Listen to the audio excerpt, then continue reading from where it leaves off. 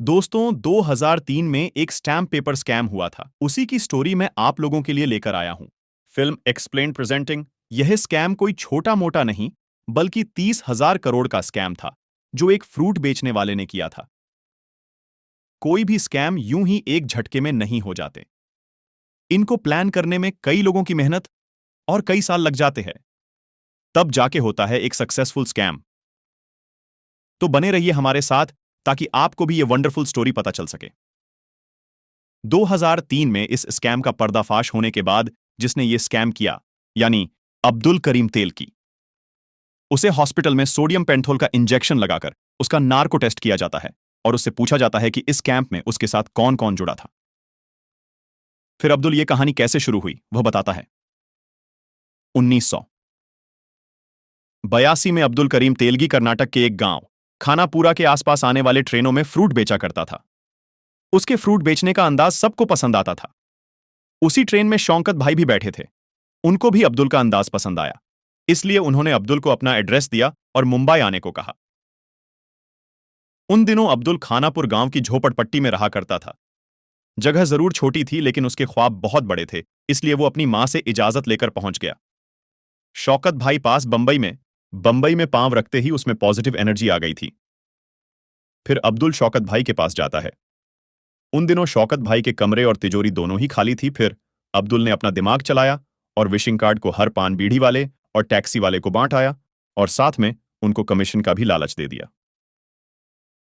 अब धंधा 4 गुना हो गया, इसलिए अब दिल की इज्जत और पगार दोनों डबल हो गए। उन दिनों अब दिल का लक बड़ा ही सॉलिड चल रहा था। शौकत भाई की बेटी नफीसा के साथ अब्दुल का टांगा भेड़िया और उन दोनों का निकाह हो गया। फिर अब्दुल के सपने और भी बड़े हो गए और वो इंडिया से बाहर गल्फ में काम करने चला गया। फिर 7 साल बाद उसे अपने घर परिवार की याद सताने लगी, इसलिए वो अपना ताम झाम लेकर वापस इंडिया आ गया। अब इंडिया में उसने कबूतरबाजी का धंधा शुरू कर दिया। कबूतरबाजी समझते हो, नकली कागजात पासवर्ड बनाकर लोगों को विदेश भेजना, लेकिन यह धंधा भी ज्यादा चल नहीं पाया और अब्दुल को पुलिस पकड़ कर ले गई। उनका केस आया इंस्पेक्टर मधुकर दोमेवे के पास। उन्होंने अब्दुल की अच्छी सेवा पानी की। फिर उसको लॉकअप में बंद कर दिया गया। वहां उसकी मुलाकात कौशल ज्वेलरी के साथ हुई। उसका यहां पर रोज का आना जाना था। उसका मानना था कि डांस बार हो या पुलिस स्टेशन, एक बार जो यहां ना जाए वह बार बार आता ही रहता है। फिर शौकत भाई अब्दुल की जमानत करवाते हैं। घर जाकर अब्दुल अपनी सफाई देता है कि मैं तो लोगों का भला ही कर रहा था। जो बेचारे अपना भविष्य बनाने वहां जाना चाहते थे और जिनके पास ज्यादा पैसे भी नहीं है, मैं उनको किस्मत आजमाने का मौका दे रहा था। फिर शौकत भाई कहते हैं, दायरे में रहकर काम करो, आइंदा मुझे कोर्ट कचहरी के चक्कर में काटने पड़े। अब्दुल को आगे कुछ भी करने के लिए पुलिस रिकॉर्ड में से अपना नाम हटवाना था, इसलिए वो जाता है एडवोकेट गणेश गमले के पास। इनके बारे में अब्दुल को कौशल झवेरे ने बताया था। वह कहता है, इंस्पेक्टर मधुकर डोंगे को रिश्वत खिलानी पड़ेगी। फिर अब्दुल अपना दिमाग चलाता है और गणेश का हमले को कहते हैं कि आप इंस्पेक्टर को अपनी जेब से रिश्वत दें और समझ लो कि यह आपने मुझ पर इन्वेस्ट किया है। बदले में मैं आपके पास बहुत सारे क्लाइंट लेकर आऊंगा। गणेश का हमले अब्दुल की बातों में आ गया। कुछ दिन बाद अब्दुल शौकत भाई के होटल के रिसेप्शन पर बैठा था। तभी उससे मिलने के लिए कौशल झवारी आया। वो कहता है, अगर खुद के पैसे कमाना चाहते हो तो चलो मेरे साथ प्लान समझाता हूं। फिर कौशल अब्दुल को अपने अड्डे पर ले जाता है। वहां वो अब्दुल को शेयर मार्केट के फिजिकल डेट सर्टिफिकेट दिखाता है। एक सर्टिफिकेट ज्यादा से ज्यादा 5 बार किसी पार्टी के नाम ट्रांसफर हो सकता है और उसके बाद वो पुराने सर्टिफिकेट को रद्दी बनाकर संभाल कर रख देते हैं और फिर नया सर्टिफिकेट इश्यू कर दिया जाता है। उस रद्दी में से अगर थोड़ी बहुत रद्दी गायब हो भी जाए तो किसको परवाह है। और इस रद्दी में छिपा है खजाना, यानी अदाशी स्टैंप। हर स्टैंप की कीमत अलग अलग होती है, 1, 2, 5 से लेकर 10 रुपए तक। अब आगे का कमाल होता है केमिकल का, जो पेपर से स्टैंप को अलग कर देता है और फिर कुछ केमिकल की हेल्प से स्टैंप के ऊपर से स्याही हटाई जाती है।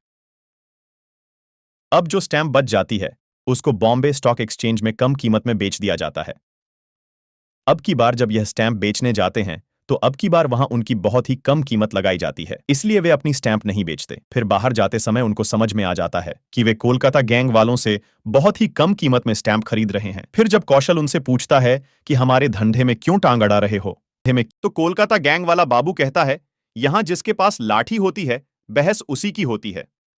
फिर कौशल अब्दुल को समझाता है कि सबसे पहले ये revenue stamp old custom house में आते हैं, फिर वहां से कुछ कर्मचारियों से सेटिंग करके यह आधे भाव में उनसे खरीद लेते हैं और अपना थोड़ा बहुत मार्जिन रखकर यहां आकर बेच देते हैं। इनका गम वॉश का खर्चा भी नहीं लगता और ना ही मेहनत। अब अगले दिन में कोलकाता गैंग वालों का पीछा करते हैं जो टिफिन में उनके लिए बिरयानी लाया करते थे। वे जिस स्टीफन में उनके लिए बिरयानी लाया करते थे उसी स्टीफन में उनके लिए स्टैंप जाया करती थी। लेकिन अब्दुल समझ जाता है कि एक कर्मचारी ऐसा भी है जिसको खाने के लिए बिरयानी नहीं मिलती। फिर वे आधी रात को उसे गली के नुक्कड़ पर पकड़ते हैं और उसे कहते हैं कि अगर तुम भी बिरयानी खाना चाहते हो तो कल बीएससी के सामने वाले पार्क में आ जाना।